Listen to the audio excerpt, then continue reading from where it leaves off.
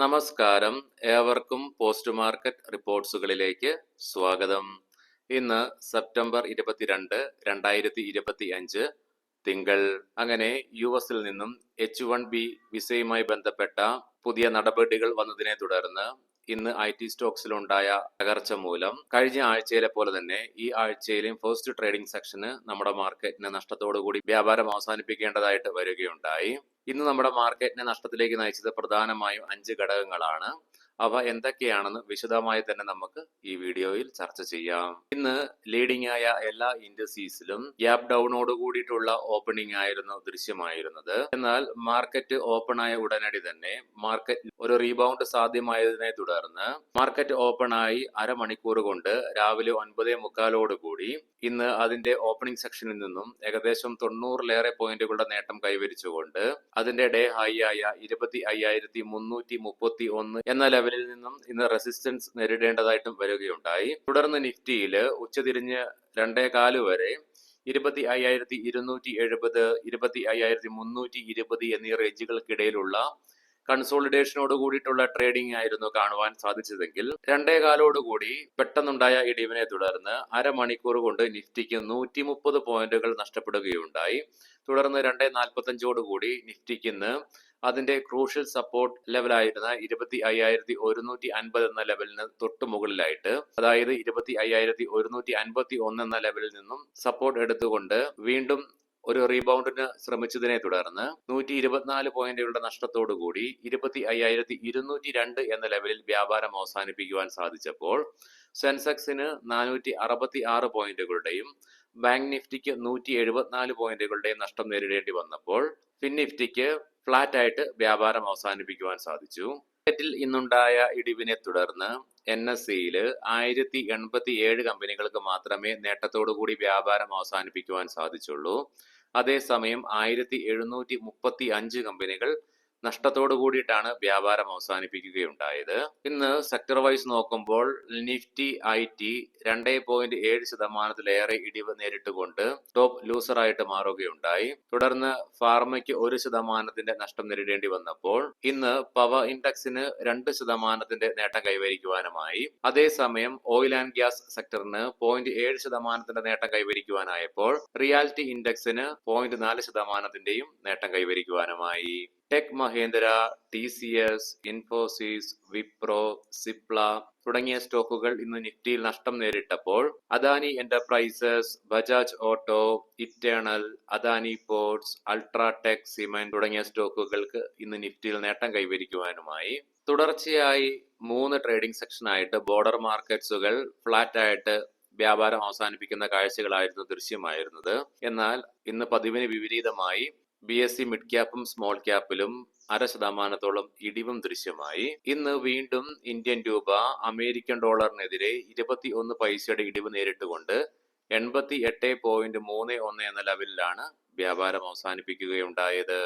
ഇന്ന് നമ്മുടെ മാർക്കറ്റിനെ സംബന്ധിച്ചിടത്തോളം GST റിഫോംസുമായി ബന്ധപ്പെട്ട് ഇന്ന് മുതൽ പുതിയ GST നിരക്കുകൾ പ്രാബല്യത്തിൽ വരുന്നതിനെ തുടർന്ന് പ്രധാനപ്പെട്ട ഒരു ദിനം ആയിരുന്നെങ്കിൽ കൂടിയിട്ടും ഇന്ത്യൻ മാർക്കറ്റിന് നഷ്ടത്തോടുകൂടി വ്യാപാരം അവസാനിപ്പിക്കേണ്ടതായിട്ട് വരികയുണ്ടായി.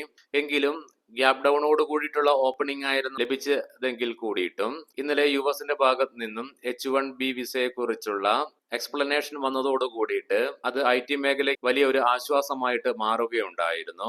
അതുകൂടാതെ ഇന്നത്തെ ഇന്ത്യയുടെ പുതിയ GST നിരക്കുകൾ വന്നതും വിദേശ ധനകാര്യ സ്ഥാപനങ്ങൾ തുടർച്ചയായി കഴിഞ്ഞ 2 ട്രേഡിംഗ് സെക്ഷന് ബയേഴ്സ് ആയിട്ട് മാറിയതും ഇന്ത്യൻ ഫ്യൂച്ചർ മാർക്കറ്റിലെ വിദേശ ധനകാര്യ സ്ഥാപനങ്ങളുടെ ഫ്യൂച്ചർ മാർക്കറ്റിലെ ഷോർട്ട് പൊസിഷൻ കുറച്ചുകൊണ്ട് വന്നതും അതുകൂടാതെ കഴിഞ്ഞ ആഴ്ചയുടെ ആരംഭം മുതൽ നിലനിൽക്കുന്ന ഇന്ത്യൻ US ട്രേഡ് ടോക്കിനെ കുറിച്ചുള്ള ശുഭാപ്തി വിശ്വാസം നിലനിൽക്കുന്നതിനാലൊക്കെ തന്നെ ഇന്ന് മാർക്കറ്റിന് ഒരു റീബൗണ്ട് സാധ്യമായെങ്കിൽ കൂടിയിട്ടും അത് നിലനിർത്തുവാനായില്ല. ഇന്ന് നമ്മുടെ മാർക്കറ്റിനെ നഷ്ടത്തിലേക്ക് നയിച്ച പ്രധാന 5 ഘടകങ്ങൾ എന്തൊക്കെയാണെന്ന് വിശദമായി തന്നെ നമുക്ക് ചർച്ച ചെയ്യാം. ആദ്യമായി തന്നെ ഇന്ന് IT സെക്ടറിലുണ്ടായ ഫോൾ തന്നെയാണ്.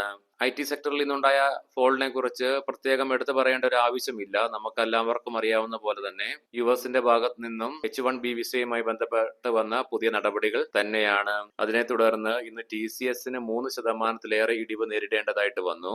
അതേസമയം ഇൻഫോസിസിന് 2.5%-ലേറെ ഇടിവും നേരിടേണ്ടി നേരിടേണ്ടതായിട്ട് വരികയുണ്ടായി. അതുപോലെ തന്നെ നമ്മൾ മുൻപ് കണ്ട പോലെ തന്നെ ഇന്ന് നിഫ്റ്റി 50-യിൽ സിപ്ല ഒഴികെ ബാക്കി നഷ്ടം നേരിട്ട പ്രധാനപ്പെട്ട സ്റ്റോക്കുകളിൽ എല്ലാം IT സ്റ്റോക്സുകളായിരുന്നു. അതിനെ തുടർന്ന് ഇന്ന് നിഫ്റ്റി ITക്ക് 1000-ലേറെ പോയിന്റുകൾ സിംഗിൾ ഡേ കൊണ്ട് വൈപ്പ് ഔട്ടായി പോവുകയുണ്ടായി. രണ്ടാമതായി ഇന്ന് നമ്മുടെ മാർക്കറ്റിനെ നഷ്ടത്തിലേക്ക് നയിച്ച മറ്റൊരു പ്രധാനപ്പെട്ട ഘടകം ക്രൂഡ് ഓയിലിന്റെ വിലയിലുണ്ടായ 0.5% ഉയർച്ചയാണ്. കഴിഞ്ഞ ദിവസങ്ങളിലൊക്കെ ക്രൂഡ് ഓയിലിന്റെ വില കൂൾ ഓഫ് ആയെങ്കിലും ഇന്ന് രാവിലെ മുതൽ ക്രൂഡ് ഓയിലിന്റെ വിലയിൽ വർധനവാണ് രേഖപ്പെടുത്തുകയുണ്ടായത്. എങ്കിലും ഉച്ചയ്ക്ക് ശേഷം ക്രൂഡ് ഓയിലിന്റെ വിലയിൽ ഇടിവുണ്ടായെങ്കിൽ കൂടിയിട്ടും ഇന്നത്തെ ആദ്യ സെക്ഷനിൽ ക്രൂഡ് ഓയിലിന്റെ വിലയിലുണ്ടായ വർധനവും നമ്മുടെ മാർക്കറ്റിനെയും ഗ്ലോബൽ മാർക്കറ്റിനെയൊക്കെ മോശമായി ബാധിക്കുകയുണ്ടായി. മോശമായിട്ടുള്ള ഗ്ലോബൽ ക്യൂസ് ആണ് തുടർച്ചയായി രണ്ടാമത്തെ ട്രേഡിംഗ് സെക്ഷനും നമ്മുടെ മാർക്കറ്റിനെ തളർത്തിയ മൂന്നാമത്തെ പ്രധാനപ്പെട്ട ഘടകം. US-ൽ നിന്നും H1B വിസയെ കുറിച്ചുള്ള നടപടികൾ വന്നതിനെ തുടർന്ന് വെള്ളിയാഴ്ച തുടർച്ചയായി രണ്ടാമത്തെ ട്രേഡിംഗ് സെക്ഷനും US-ലെ S&P 500-നും നാസ്ഡാക്കിനും ഫ്രഷ് റെക്കോർഡ് ഓൾ ടൈം ഹൈകൾ ക്രിയേറ്റ് ചെയ്യാൻ സാധിച്ചെങ്കിൽ കൂടിയിട്ടും ഇന്ന് രാവിലെ ഡോ ജോൺസ് ഫ്യൂച്ചർ നഷ്ടത്തോടു കൂടിയിട്ടാണ് വ്യാപാരം ആരംഭിച്ചതും തുടർന്നുകൊണ്ടിരുന്നതും.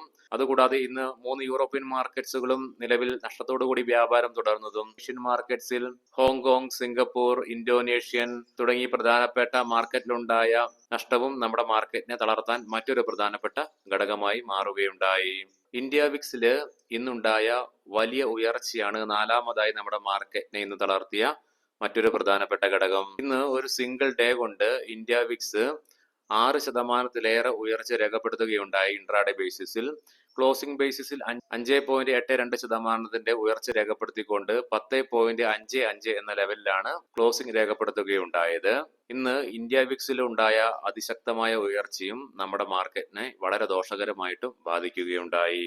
അമേരിക്കൻ ഡോളറിനെതിരെ തുടർച്ചയായി രണ്ടാമത്തെ ട്രേഡിംഗ് സെക്ഷനിലും ഇന്ത്യൻ രൂപ ഇന്നും ഇടിവ് രേഖപ്പെടുത്തിയതാണ് അഞ്ചാമതായി നമ്മുടെ മാർക്കറ്റിനെ തളർത്തിയ മറ്റൊരു പ്രധാനപ്പെട്ട ഘടകം. ഇന്ത്യൻ രൂപയുടെ മൂല്യത്തിലുണ്ടാകുന്ന ഇടിവ് കോർപ്പറേറ്റ് ഏർണിംഗ്സിനെ മോശമായി ബാധിക്കുന്നതും തുടർന്ന് അത് ഇക്വിറ്റി മാർക്കറ്റിനെ പ്രഷർ ചെയ്യുന്നതും മൂലവും അത് മാത്രമല്ല വിദേശ ധനകാര്യ സ്ഥാപനങ്ങളെ നമ്മുടെ മാർക്കറ്റിൽ നിന്നും വികർഷിക്കുന്ന പ്രധാനപ്പെട്ട ഒരു ഘടകമായതിനാൽ തന്നെ ഇന്ന് ഇന്ത്യൻ രൂപയുടെ മൂല്യത്തിലുണ്ടായ ഇടിവും നമ്മുടെ മാർക്കറ്റിന് മോശമായിട്ട് ബാധിക്കുവാൻ ഇടയാക്കി.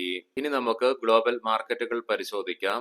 നിലവിൽ ഡോ ജോൺസ് ഫ്യൂച്ചർ 100-ലേറെ പോയിന്റുകളുടെ നഷ്ടത്തോടു കൂടിയിട്ടാണ് വ്യാപാരം തുടർന്നുകൊണ്ടിരിക്കുന്നത്. യൂറോപ്യൻ മാർക്കറ്റ്സ് 3 നിലവിൽ നഷ്ടത്തോടു കൂടി വ്യാപാരം തുടർന്നുകൊണ്ടിരിക്കുന്നു. ഏഷ്യൻ മാർക്കറ്റ്സിൽ മിക്സഡ് സെന്റിമെന്റ്സ് ആണ് അനുഭവപ്പെടുന്നത്. അതേസമയം ഇന്ന് ഉച്ചതിരിഞ്ഞുണ്ടായ ഇടിവിനെ തുടർന്ന് ബ്രെന്റ് ക്രൂഡിന്റെയും ക്രൂഡ് ഓയിലിന്റെയും വിലയിൽ നിലവിൽ 0.5%-ഓളം ഇടിവ് അനുഭവപ്പെടുന്നുണ്ട്. അതേസമയം ഗോൾഡ് വീണ്ടും അതിശക്തമായി തന്നെ ഉയർന്നുകൊണ്ടിരിക്കുന്നു. നിലവിൽ $41-ലേറെ നേട്ടത്തോടു കൂടിയിട്ടാണ് ഗോൾഡിലെ വ്യാപാരം തുടർന്നുകൊണ്ടിരിക്കുന്നത്. ഇന്നത്തെ പ്രധാനപ്പെട്ട സ്റ്റോക്കിംഗ് ന്യൂസുകൾ പരിശോധിക്കാം. മുൻകൂട്ടി ഓർമ്മിപ്പിച്ചുകൊള്ളട്ടെ, ഇത് ഒരു ബൈ ഓർ സെൽ റെക്കമെൻഡേഷൻ അല്ല. ബജാജ് ഓട്ടോ പുതുക്കിയ GST നിരക്കുകൾ ഇന്ന് മുതൽ പ്രാബല്യത്തിൽ വന്നതോടുകൂടി 350cc താഴെയുള്ള ബൈക്കുകളുടെ വിലയിലും 10% കുറവ് കമ്പനി ഏർപ്പെടുത്തി. അതുകൂടാതെ ഫെസ്റ്റീവ് ഹാട്രിക് ഓഫർ എന്ന ടാഗ് ലൈൻ കൊടുത്തുകൊണ്ട് പുതിയ ഇളവുകൾ കൂടി കമ്പനി പ്രഖ്യാപിക്കുകയുണ്ടായി. ഇതിന് പ്രകാരം 50% ഫിനാൻസിംഗ് ഓപ്ഷൻസ് കമ്പനി നൽകുകയുണ്ടായി. അതിനു പുറമെ പ്രോസസിംഗ് ഫീസും ഒഴിവാക്കിക്കൊണ്ടുള്ള പ്രഖ്യാപനം വരികയുണ്ടായി.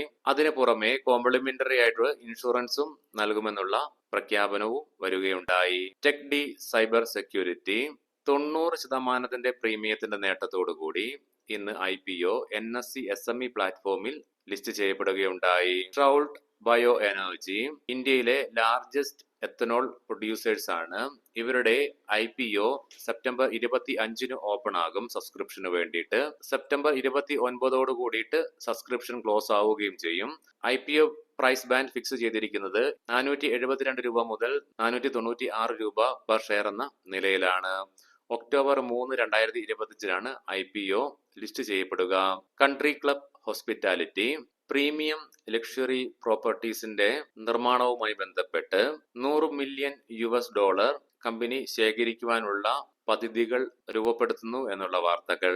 ഈസ് മൈ ട്രിപ്പ് അഡീഷണൽ 7.77% സ്റ്റേക്കുകൾ ഇക്കോ ഹോട്ടൽസ് ആൻഡ് റിസോർട്ട്സിൽ കമ്പനി അക്വയർ ചെയ്തതിനെ തുടർന്ന് 20% സ്റ്റേക്ക് വർദ്ധിപ്പിക്കുകയുണ്ടായി. Mazagon Dock ship builders, Cochin shipyard, L&T വരുന്ന റിപ്പോർട്ടുകൾ പ്രകാരം ഇന്ത്യൻ നേവിയുടെ കപ്പാസിറ്റി ബൂസ്റ്റ് ചെയ്യുന്നതിന്റെ ഭാഗമായിട്ട് 80,000 കോടി രൂപ മുടക്കി ലാൻഡിംഗ് പ്ലാറ്റ്ഫോം ഡോക്സ് നിർമ്മിക്കുവാനുള്ള ഓർഡർ നേവിയുടെ ഭാഗത്ത് നിന്നും വന്നേക്കാമെന്നുള്ള സ്ഥിരീകരിക്കാത്ത റിപ്പോർട്ടുകൾ വരുന്നുണ്ട്. ഏവർക്കും ശുഭരാത്രി നേരുന്നു. നാളെ രാവിലെ പ്രീ മാർക്കറ്റ് റിപ്പോർട്ട്സുമായി കണ്ടുമുട്ടാം. നന്ദി, നമസ്കാരം.